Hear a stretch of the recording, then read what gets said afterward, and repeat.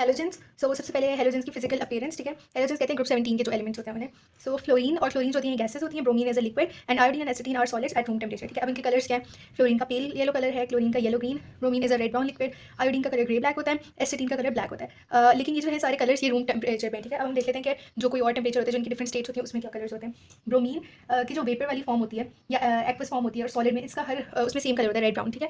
लेकिन for iodine, iodine की जो सोल्यूशन होती है वो येलो ब्राउन कलर की होती है। फ्रेश हो तो येलो, अगर फ्रेश ना हो तो ब्राउन, और उसके जो वेपर्स होते हैं वो पर्पल होते हैं। लेकिन ये रूम टेम्परेचर पे जब सॉलिड होता है तो वो ग्रे ब्लैक कलर का होता है। बाकी सबके कलर सेम होते हैं। अच्छा, अब हम देख लेते हैं ट्रेंड्स जो ग्रुप 17 के एलिमेंट्स शो करते हैं। First of all melting boiling point का trend. So melting point generally increase हो रहा होता है डाउन द ग्रुप, क्योंकि नंबर ऑफ इलेक्ट्रॉन्स इंक्रीज हो रहे हैं, जिसकी वजह से temporary dipole induced dipole force increase हो रही होती है। Being diatomic, halogens are non polar, so they have very low melting points generally, ठीक है।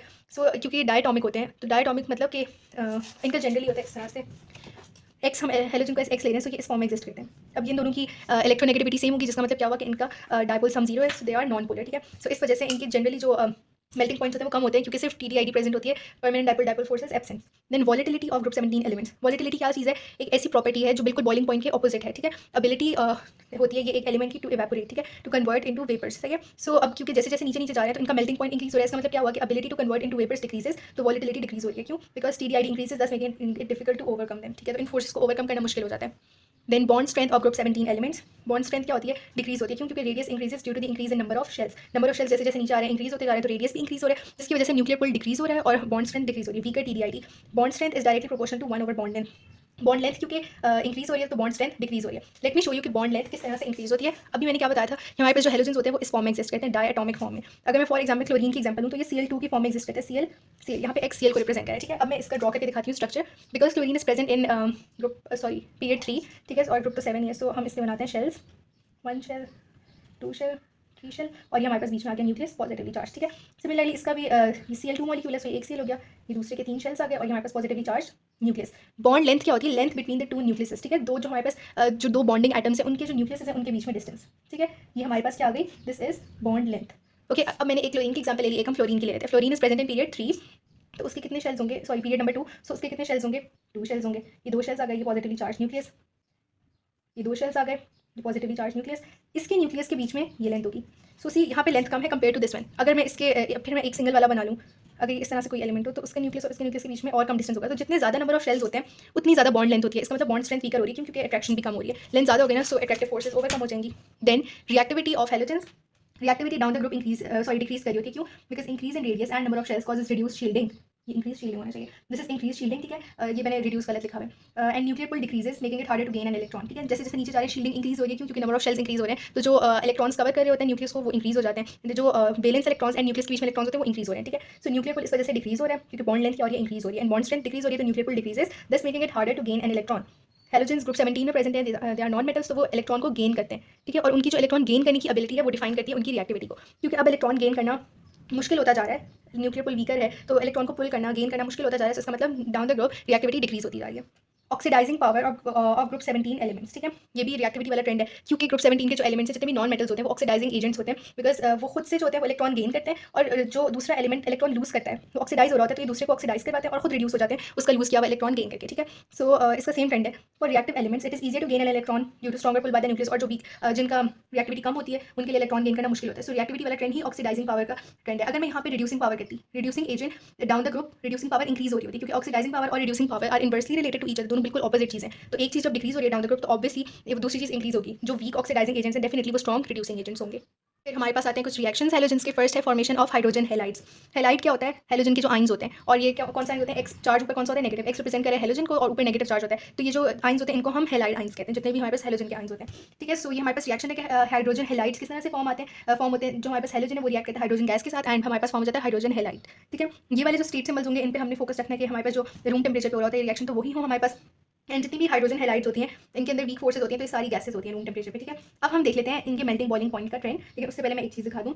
HF जो होता है hydrogen fluoride, it has the strongest melting and boiling points compare to all other hydrogen halides, because it consist of hydrogen bonding, ठीक है। इसके अंदर hydrogen bonding present है, तो इसका सबसे ज़्यादा हाई मेल्टिंग बॉइलिंग पॉइंट होता है कंपेयर टू ऑल दीज, और इनका अलग ही ट्रेंड चल रहा होता है depending upon the number of electrons, ठीक है। डाउन जैसे जैसे हम नीचे जा रहे हैं down the group, the number of electrons in hydrogen halide increases, right, क्योंकि क्लोरीन के कम है, ब्रोमीन के ज़्यादा, आयोडीन के ज़्यादा। तो जैसे जैसे हम नीचे जा रहे हैं इनके मेल्टिंग बॉइलिंग पॉइंट्स इंक्रीज हो रहे हैं due to the increase in number of electrons, इनकी वजह से TDID इंक्रीज हो रही है। रही है, लेकिन HF जो है वो सबसे टॉप पे, लेकिन इसका मेल्टिंग बॉइलिंग पॉइंट सबसे ज़्यादा है, हाईएस्ट है। क्यों? क्योंकि इसके अंदर हाइड्रोजन बॉन्डिंग प्रेजेंट है due to the presence of fluorine. अच्छा, फिर अब हम ऑब्जर्वेशंस देख लेते हैं। Explosive reaction even in dark. Explosive reaction क्यों है? Because fluorine is most reactive element of group number 17, ठीक है। अब ये इनकी रिएक्टिविटी सारों की डिक्रीज हो रही है डाउन द ग्रुप, अब इनके रिएक्शन भी इसी तरह होंगे। एक्सप्लोसिव रिएक्शन इन डार्क नहीं है ये, इन लाइट है, ये मैंने गलत लिखा है नोट्स में, मैंने डिस्क्रिप्शन में यही नोट्स डाल दिए, सो देख लीजिएगा। देन ब्रोमीन का है स्लो रिएक्शन एट हीट, ठीक है, इसको हमें हीट करना पड़ता है, फिर जाके थोड़ा स्लो रिएक्शन होता है क्योंकि इसकी रिएक्टिविटी कम है, सो ये प्रोवाइड करनी पड़ती है। एंड आयोडीन का रिएक्शन बहुत ज़्यादा स्लो होता है, वो भी हीट करने के बाद। अब देखते हैं ionic equations of reactions of group 17 elements with silver nitrate, ठीक है। आपको सिल्वर नाइट्रेट के साथ हम देख लेते हैं इसके अंदर हमारे पास क्या फॉर्म होगा। अब हम आयनिक इक्वेशंस क्योंकि देख रहे हैं तो हमारे पास Ag पॉजिटिव आयन यहाँ से आएगा और जो हेलाइड आयन होगा उसके साथ, और ये दोनों एक्वस फॉर्म में प्रेजेंट होंगे, लेकिन जो ये प्रोड्यूस करेंगे वो सॉलिड होगा। क्योंकि हमने पढ़ा था कौन सा टॉपिक, मेरे ख्याल से ग्रुप 2 में हमने पढ़ी थी सॉल्युबिलिटी के रूल्स, तो उसके अंदर था कि जितने भी सिल्वर के, मर्करी के और लेड के हेलाइड सॉल्ट्स होते हैं ना, हेलाइड आयंस के साथ जो सॉल्ट्स फॉर्म होते हैं वो सारे इनसॉल्युबल होते हैं, ठीक है। सो अभी हमारे पास सिल्वर के साथ जो हेलाइड्स बने दीज ऑल आर इनसॉल्युबल, तो इस वजह से इनकी स्टेट क्या होगी, सॉलिड, ठीक है। अब हम इनकी ऑब्जर्वेशंस देख लेते हैं। पहले देख लेते हैं all hydrogen halides are colourless gases at room temperature, ठीक है। ये सारी कलरलेस गैसेस हैं क्योंकि हमारे पास जो कलर होते हैं ना, जो हमने कलर्स पढ़े थे एट रूम टेम्परेचर, वो हमारे पास एलिमेंटल फॉर्म में थे, जो डायटोमिक फॉर्म में थे ये कलर्स इनके थे, लेकिन ये कंपाउंड फॉर्म में इसमें कलर्स नहीं है, these all gases are colourless. अब हम इनकी ऑब्जर्वेशंस देखते हैं, ठीक है।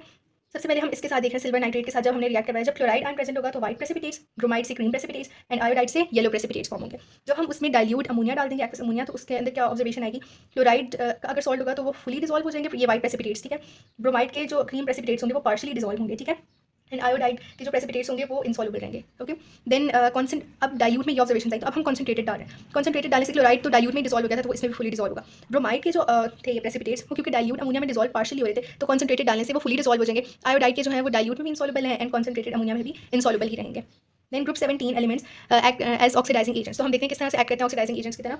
सो ऑक्सीडाइजिंग एजेंट क्या करते हैं, वो दूसरे का इलेक्ट्रॉन लूज करवाते हैं और खुद गेन करते हैं। तो यहाँ पे क्या हो रहा है, गेन ऑफ इलेक्ट्रॉन, ठीक है। सो ये why are they gaining two, अच्छा मैंने बैलेंस किया हुआ है, ये एक इलेक्ट्रॉन गेन करेगा F2 plus E will form F negative, लेकिन क्योंकि F2 था तो बैलेंस करने के लिए हमने लिखा है 2 इलेक्ट्रॉन्स एंड यहाँ पे 2 F नेगेटिव, क्योंकि it exist as diatomic molecule. अगर ये खाली F होता तो फिर ये एक इलेक्ट्रॉन होता है, ठीक है।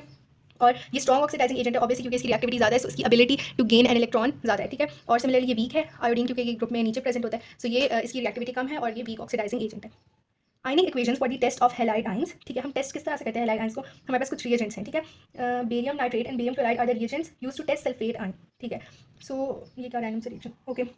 सो बेरियम प्लस सल्फेट आयन करेंगे तो हमारे पास BaSO4 पॉजिटिव व्हाइट प्रेसिपिटेट बनेगा and this is the test for halide ions की प्रेजेंस, ठीक है। Group 17 elements as reducing agents, अच्छा रिड्यूसिंग एजेंट्स का हमारे पास जो बनता है वो बिल्कुल ऑक्सीडाइजिंग एजेंट्स के ऑपोजिट हो रहा होता है, ठीक है। सो इसमें भी हो रही ये चीज़ रिड्यूसिंग एजेंट मतलब ये इलेक्ट्रॉन लूज कर रहे हैं, ठीक है। सो यहाँ पे इन्होंने लूज कर दिया और इसने भी लूज किया, लेकिन ये वीक रिड्यूसिंग एजेंट है क्योंकि ये स्ट्रॉन्ग ऑक्सीडाइजिंग एजेंट है, और ये स्ट्रॉन्ग रिड्यूसिंग एजेंट है क्योंकि ये वीक ऑक्सीडाइजिंग एजेंट था। Then reactions with sulphuric acid to form hydrogen halides, ठीक है।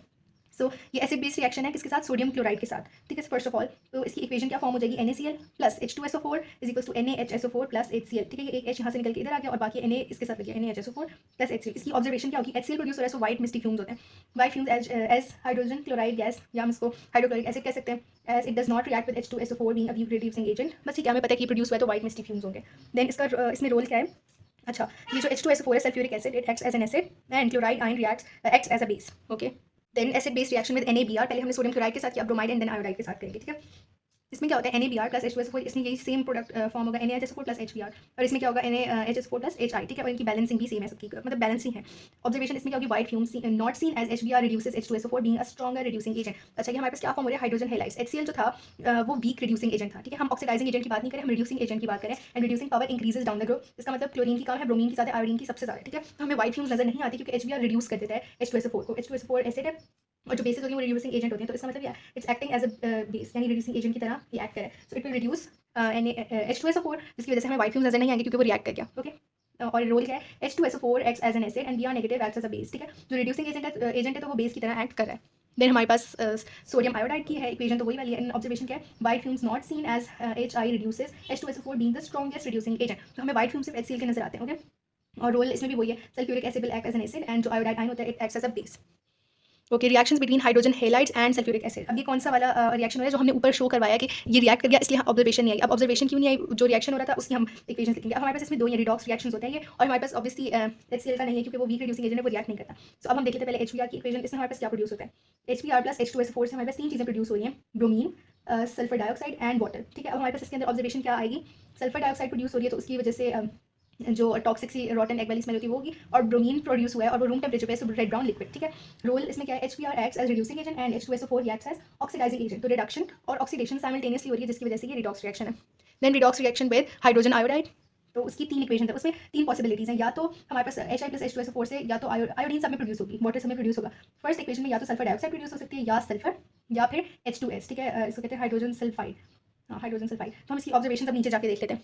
हम पहले देखते हैं इनकी ओवरऑल इक्वेशंस, ठीक है। अच्छा, इसमें क्या Hi acts as reducing agent and H2SO4 acts as, नहीं sorry, this is reducing agent and this is H2SO4 acts as oxidising agent, क्योंकि वो एसिड है और ये बेस की तरह एक्ट कर रहा है, इसमें जो आयोडाइड आयन है, ठीक है। So overall equations for the formation of NaHSO4, इसके अंदर हमारे पास 2 स्टेप में रिएक्शंस हुए, ठीक है। फर्स्ट था acid base reaction and then हमारे पास हुआ रिडॉक्स रिएक्शन, ठीक है। तो जब हम उनको बैलेंस आउट करते हैं, उसमें से जो कॉमन कॉमन चीज़ें उन्हें कैंसिल आउट करते हैं इंटरमीडिएट्स को, तो हमारे पास ये ओवरऑल इक्वेशन आ जाती है, ठीक है। सो इसमें क्या हो रहा है, NaBr + H2SO4 forms NaHSO4 + Br2 + 2H2O + SO2, ठीक है। तो इसमें हमारे पास ऑब्जर्वेशन क्या है, brown solution due to the presence of bromine liquid.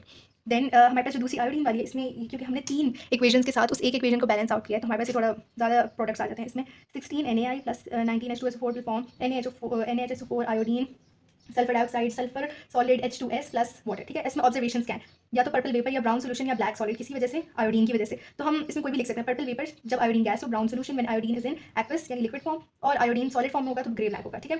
ये ऑब्जर्वेशन है। येलो सॉलिड क्यों, क्योंकि सल्फर प्रेजेंट है, सल्फर का सॉलिड येलो कलर का होता है। And foul smell रॉटन x smell because of H2S hydrogen sulphide की वजह से, सॉरी सल्फर डाइऑक्साइड की वजह से ये स्मेल नहीं है। सल्फर डाइऑक्साइड की भी बहुत टॉक्सिक स्मेल होती है, लेकिन ये H2S के लिए स्पेसिफिकली।